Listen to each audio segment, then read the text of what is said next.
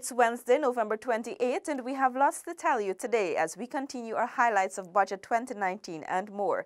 But first, we tell you that Prime Minister Moses Nagamutu today acknowledged Japan's continuous support towards Guyana's development. Anaro Khan has our first report. We'd like to thank you for the work you have done to promote the friendly and very strong Guyana-Japan relationship. And we are confident that these relationships will continue over the years and that we will strengthen our bilateral cooperation. We'll be able to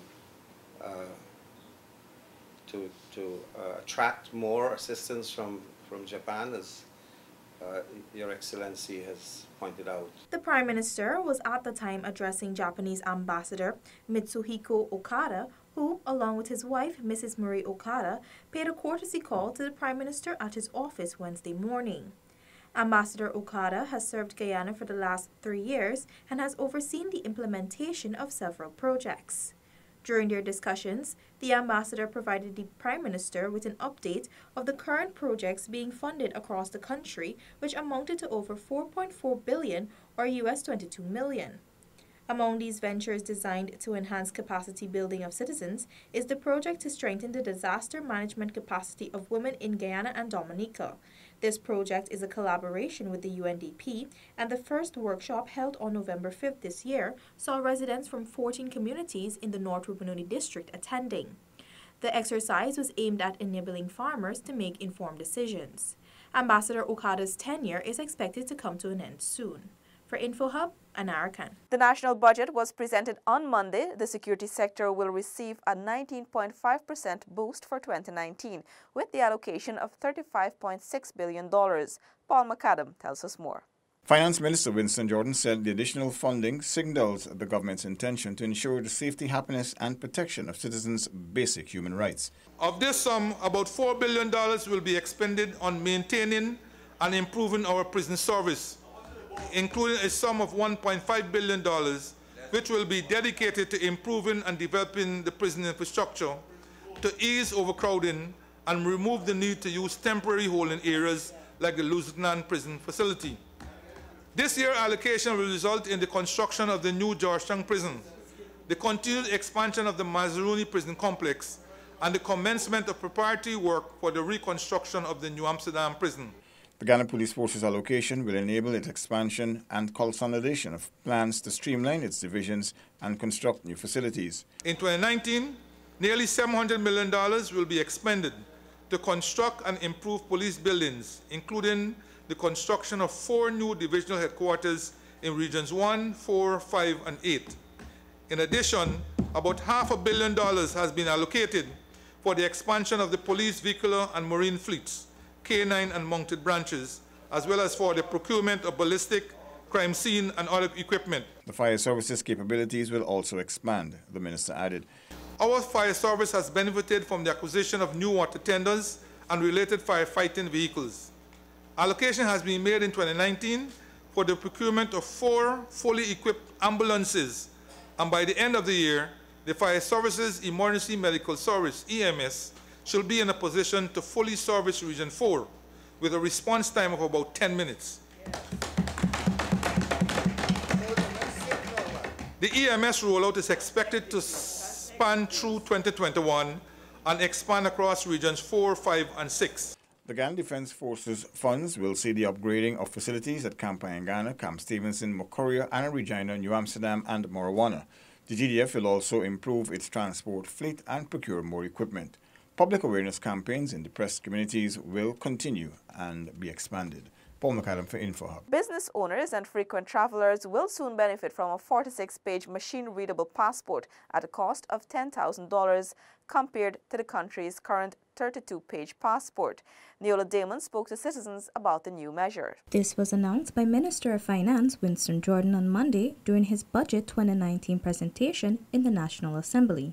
The minister explained that the new passport will reduce both the cost and the time spent to renew the document once it has expired. InfoHub spoke to persons at the Central Immigration Passport Office about the new measure.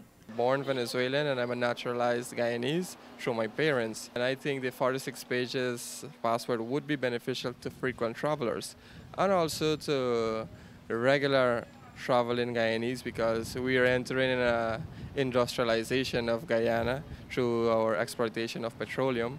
So it would open a lot of doors and break some barriers for new travelers. And I think it's a benefit to those that are quite regular travelers, especially those who are doing a lot of businesses.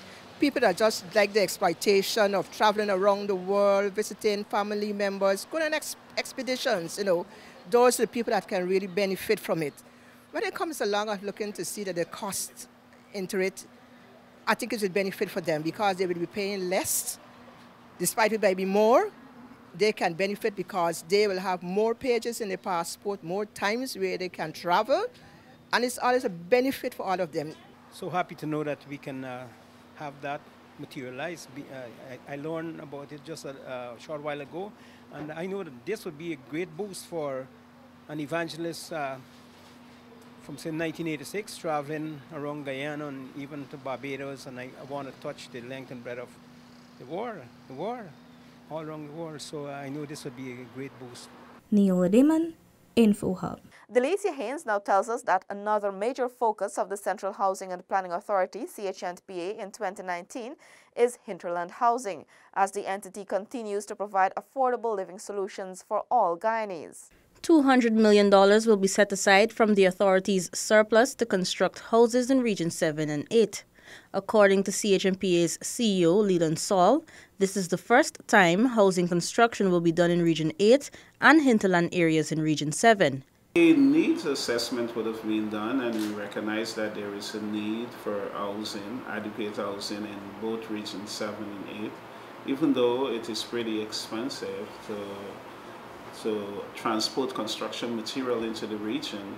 We are doing it because, of course, we are concerned about the welfare of people in the interior, and we don't have a choice not to do it. We must do it. 20 homes will be built while the option of further housing development is being explored.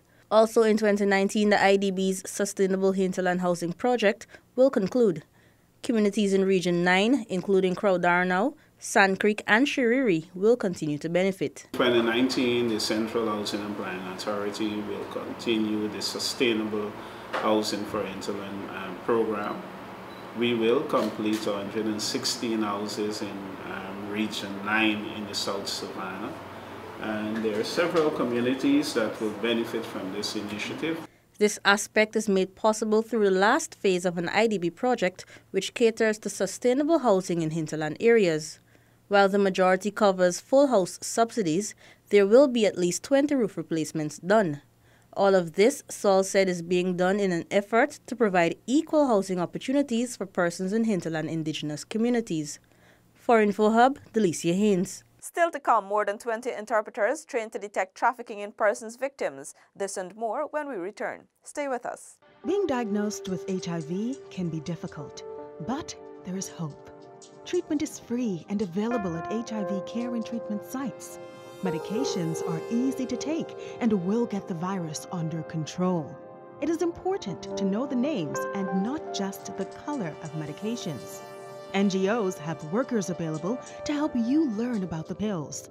Talk to your health worker about your treatment program. Welcome back. More than 20 interpreters are being trained to detect and understand potential trafficking in persons cases. Paul McAdam has the details. At the opening of the two-day exercise at the Police Officers Training Center, Ifleri, Minister with responsibility for labor, Keith Scott, cited the need for stakeholders to be equipped to detect all signs of human trafficking. The training program, which is commencing this morning, is designed especially to bring you closer to your comrades who are together in this fight, and also to make sure that you even get closer to those to whom we are targeting. It is therefore absolutely necessary that all stakeholders clearly understand each other's role so that the objective of each other's message can be clearly understood and properly fulfilled. Coordinator of the Public Security Ministry's TIP Task Force, Oliver Prophet, explained that the training sessions will build a working relationship with bilingual interpreters.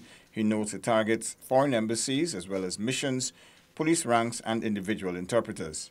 And it's to equip interpreters or prospective interpreters with information regarding the nature of the crime or trafficking in persons, the function of the local task force and its member agencies, including non-governmental organizations, and the legal climate surrounding trafficking in persons in Guyana. According to the International Organization for Migration's Chief of Mission and Regional Coordinator Officer for the Caribbean, Robert Natalio, the challenge affects all races and genders. The police force's continued support was pledged by Commissioner Leslie James.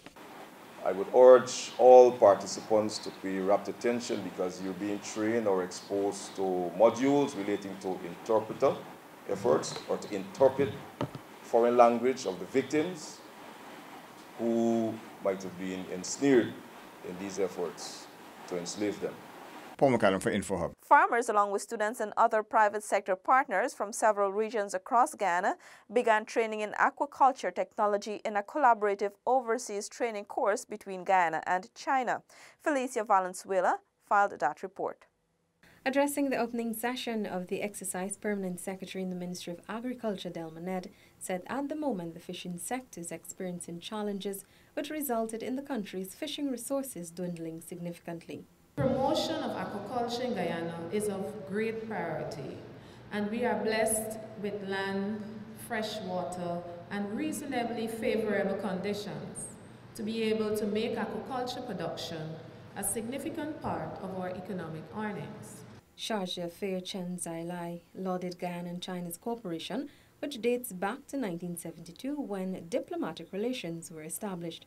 Mr. Chen says an assessment team visited Guyana in April to fully investigate the training needs required for the program. In order to have a better understanding of the training need of Guyana and ensure the smooth implementation of this training program, the program team from Fujian Institute of Oceanography has visited Guyana to conduct pre-stage field investigation and communication for the specific implementation of the training program this April. During that trip, they visited Region 6, 2, and 3 and went deep into many aquaculture farms to acknowledge the development situation of aquaculture in Guyana as much as possible. The government, through the various arms of the Agriculture Ministry, has been encouraging agricultural diversification as a means of mitigating the challenges posed to food production by climate change. Reporting for InfoHub, Felicia Valenzuela. Home building can be stressful, but the Competition and Consumers Affairs Commission is helping owners by shaping a home builder's roadmap. Tiffany Rogers has the details. Today, governmental and non-governmental agencies in the construction sector were consulted for their input into the document.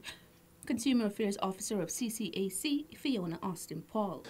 Our hope is to have a list of competent contractors that we could make available to the public. So, through our consultations, we're hoping to achieve that goal. The Home Builders Roadmap seeks to bridge the gap between the consumer's lack of knowledge in home construction. In the long term, we expect to create a detailed outline of the steps, processes, and methods of building or renovating a home to ensure that consumers are aware of the correct legal procedures of the construction process, to provide the ease of access to information of the relevant authorities, the requirements, documentation for every step in the construction process, to ensure that consumers are able to identify qualified contractors, and to create a detailed hard copy and a virtual homeowners roadmap for consumers, which will be placed on the Commission's website. The Home Builders Roadmap is expected to be finalized within 6 months' time. Statistics show that the construction industry has been contributing some 9% to Guyana's gross domestic product since 2008. For InfoHub, Tiffany Rogers. Opposition Member of Parliament and former Minister of Housing Irfan Ali today appeared before Chief Magistrate Anne McLennan at the Georgetown Magistrates Court. Ali is facing 19 counts of fraud in relation to the sale of land to PPPC officials while he was Housing Minister under the previous administration. The charges contend that between 2010 and 2015, Ali conspired with others to defraud the government when he presented the value of 19 plots of land at Sparendam, East Coast Demerara, without obtaining a valuation. Following his arrest this morning, Ali was taken to the Special Organized Crime Unit, SOCU, for questioning. He was then taken to the Criminal Investigation Department, CID, to answer the charges. SOCU's prosecutor, Patrice Henry, asked that Ali be placed on considerable bail in order to guarantee his appearance in court. However, his lawyers objected on the grounds that the accused has been cooperating with SOCU since the commencement of its investigation. Ali was placed on self-bail and the case adjourned to January 7, 2019. And here is your green tip of the day. Use a reusable bottle or mug for your beverages, even when ordering from a to-go shop. That's all for this evening. Connect with us on WhatsApp and social media and follow our website at dpi.gov.gy. Your bridge and weather reports are up next. Goodbye.